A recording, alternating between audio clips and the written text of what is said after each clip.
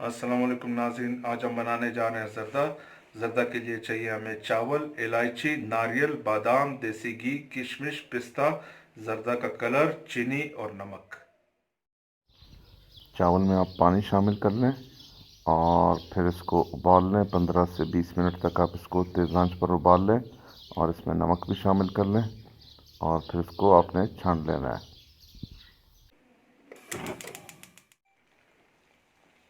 चावल चेक कर लेते हैं। चावल हमारा 90% हो गया है। मैं अभी इसको छान लेता हूँ और फिर इसको दम पे लगाएंगे। 90% हो चुका है, ज़्यादा नहीं करेंगे वरना ये गल जाएगा। दम के लिए आप चूल्हे पे कोई तवे की तरह चीज़ रख दें और फिर उसके बाद आप देगची रखें तो ये दम इस तरह से अच्छा हो जाता है, लेकिन आपने आंच बिल्कुल हल्की रखनी है। चावल हमने छान लिया था तो अभी इस तरह से करके आपने नीचे चावल बिछा देना है।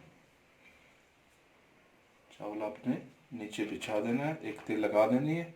उसके ऊपर फिर आपने चीनी डाल लेनी है। इसके ऊपर आपने चीनी की तय लगा लेनी है। ऊपर आपने वापस चावल की तय लगा लेनी है और चावल को इस तरह अपने हिलाते रहना है ताकि अच्छी तरह से फैल भी जाए और दानेदार भी हो जाए। चीनी को आपने कवर कर लेना है। फिर उसके बाद आपने वापस चीनी की एक तय लगानी है।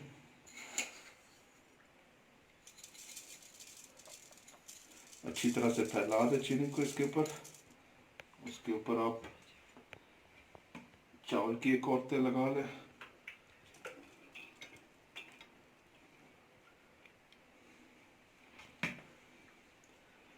थोड़ा सा हम देगची को हिलाएंगे ताकि एक तरह से हो जाए।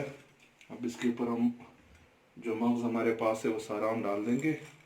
किशमिश और आपने फैला के डाल देना है ताकि एक तरह से आ जाए, एक जगह पर ना रहे।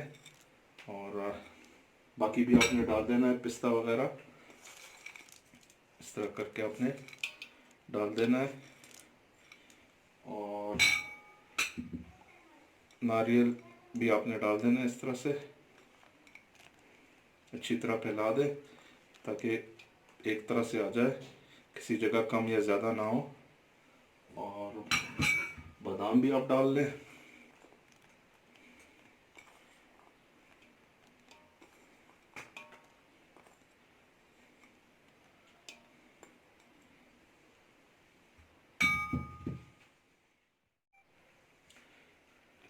मग्स को आपने कवर कर लेना है वापस चावल के साथ और अच्छी तरह से आपने फैला देना है ताकि एक तरह से आ जाए और अच्छी तरह से कवर हो जाए और ये दम में नरम भी हो जाते हैं। अब इसके ऊपर आपने वापस चीनी डाल देनी है और चीनी आपने फैला देनी है इसके ऊपर। और जो बचा हुआ बाकी चावल है अब वो सारा आपने ऊपर लगा देना है।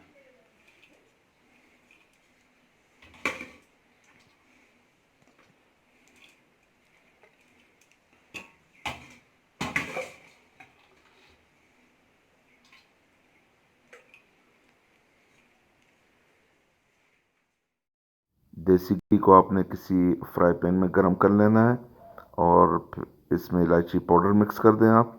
और जब ये गरम हो जाए तो आपने इसको चावलों के ऊपर डाल लेना है। देसी घी आपने चावल के ऊपर डाल लेना है। चावलों को हम दम पे लगा देते हैं और चीनी की वजह से इसमें पानी दोबारा आ जाएगा, तो आपने 10 से 15 मिनट तक इसको दम पे लगाना है हल्की आंच पे। चावल हमारे दम हो चुके हैं तो अभी हम इसमें कलर मिक्स करेंगे। आप एक कलर भी यूज़ कर सकते हैं, ज़्यादा भी यूज़ कर सकते हैं।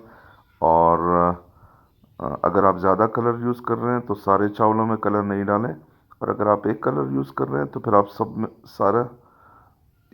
सारे चावल में एक कलर भी डाल सकते हैं।